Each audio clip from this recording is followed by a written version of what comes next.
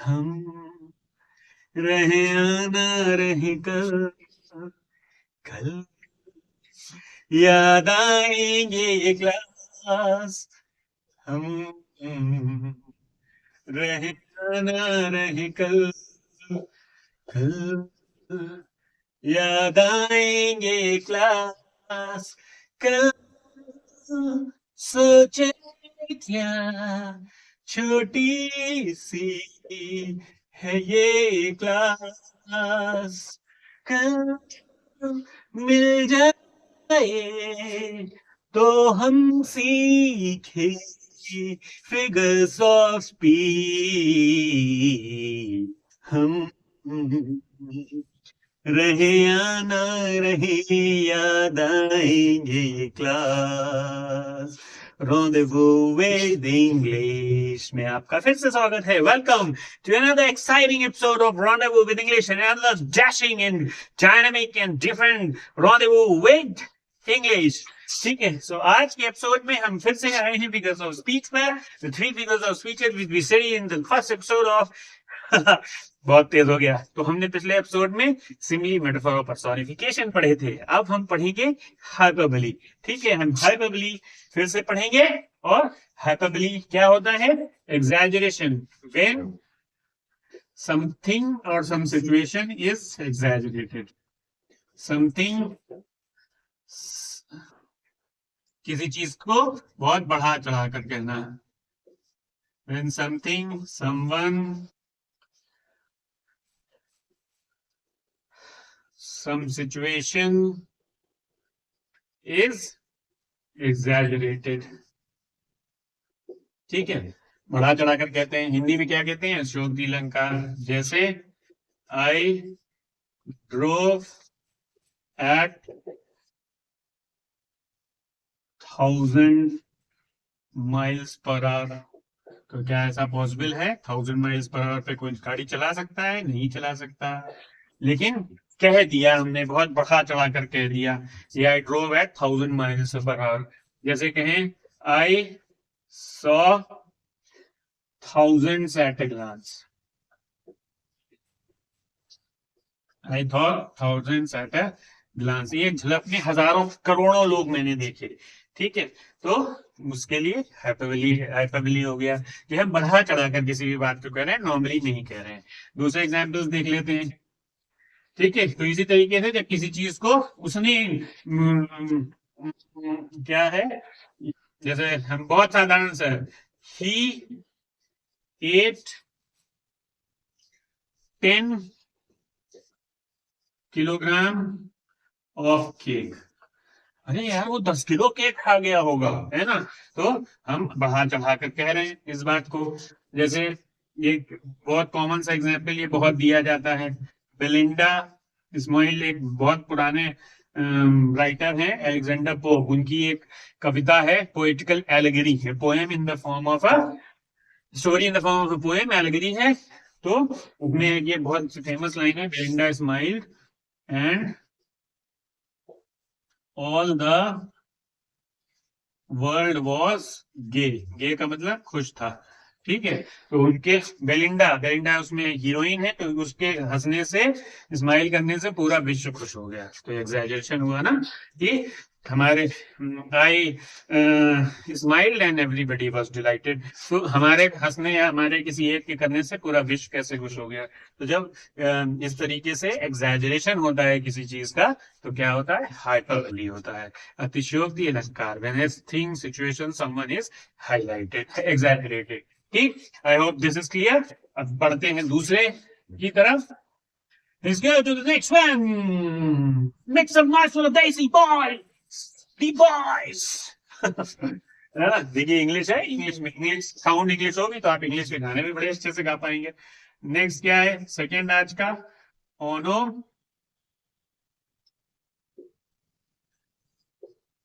मेटोपोया। ठीक है, ओनो मेटोपोया। तो ओनो मेटोपोया में क्या है? ओनोमेटोपोया में क्या है? ओनोमेटोपोया the poetic device where sound producing words are use. तो जिनसे ध्वनि, आवाज, साउंड की डिनोशन होता है, उनमें ओनोमेटोपोइया होता है। ठीक है, तो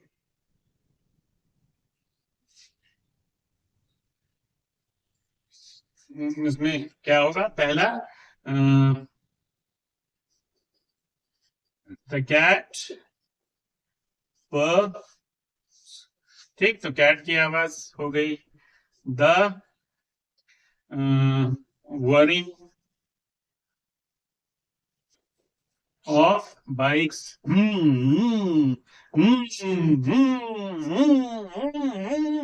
ये क्या है? साउंड है। ठीक है, द किसी भी चीज की आवाज, द रिंगिंग ऑफ बेल, ठीक, बेल के बजने की आवाज, टिंग टोंग टिंग टिंग, आजकल तो गाने वाली आने लगी है ना? ये इसमें टिंग टिंग टिंग टिंग टिंग टिंग टिंग टिंग टिंग टिंग टिंग टिंग टिंग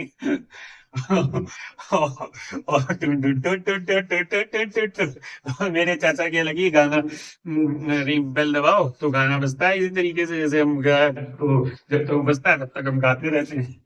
ठीक और ये तो जितने भी साउंड प्रोड्यूसिंग वर्ड्स हैं, उनमें सब में क्या है? ओनोमेटोपोइया है। ओनोमेटोपोइया मींस ONOMOPOTI है। ओनोमेटोपोइया है तो ओनोमेटोपोइया में साउंड प्रोड्यूसिंग वर्ड्स होते हैं। चौथा एग्जाम्पल क्या हो सकता है?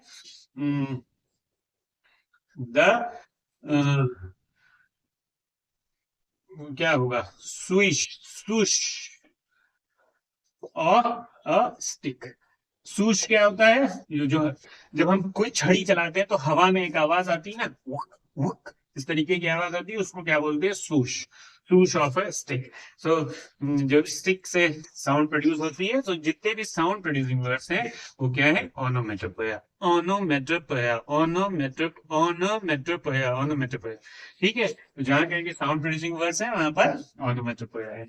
समझ में आया जनाब? तो जहां कहीं भी आपको किसी भी तरीके की आवाज डिनोट हो रही है, वो बेल की हो, वो लायन की हो, किसी जानवर की हो, किसी इंस्ट्रूमेंट की हो, किसी के बोलने की हो, the chopping of the bat, चिड़ियों का चहचहाना, तो कोई भी आवाज, उसके लिए हम क्या यूज करेंगे? ओनोमेटोपोइया यूज करेंगे। समझ में आया? ठीक, अब नेक्स्ट, 3 एट अ टाइम मैंने बोला है। ठीक है, और तीसरा आज का है, अब कौन सा बचा? एपॉस्ट्रॉफी।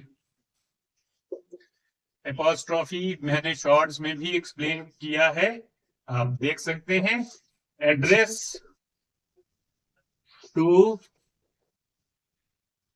समवन लिविंग और डेड।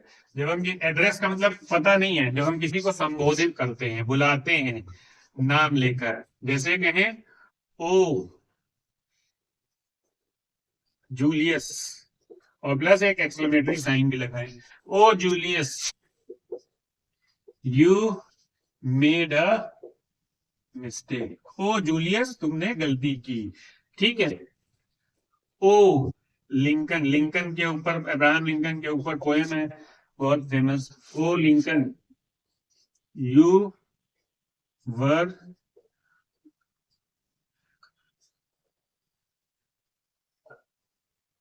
अ ग्रेट मैन। ठीक, इस तरीके से जब किसी को एड्रेस करते हैं साथ में अपोस्ट्रोफी साइन आती है। जैसे हम कहें हे यू कम हियर,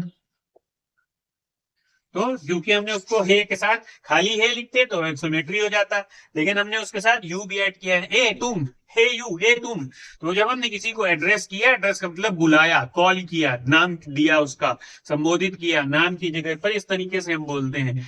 तो this figure of speech is called apostrophe, यानी कि हम किसी को संबोधित कर सकते हैं, करते हैं। जैसे कहें कंट्रीमैन, कोई कोई स्पीच दे रहा है, कह रहा है countryman you are loving people, तो कोई भी स्पीच दे रहा है, उसने कहा देशवासियों, कंट्रीमैन, तो वो क्या हो गया, एपोस्ट्रोफी हो गया. So when we are addressing someone और समवन इज एड्रेसिंग समवन, कोई किसी को संबोधित कर रहा है, बुला रहा है, और फिर उसके बाद एक एपोस्ट्रोफी, ये एक्सक्लेमेटरी मार्क होता है, पहचान होती है. तो जहां पर ये दोनों चीजें यूज कर हो रही हैं, वहां पर क्या है, फिगर ऑफ स्पीच, एपोस्ट्रोफी.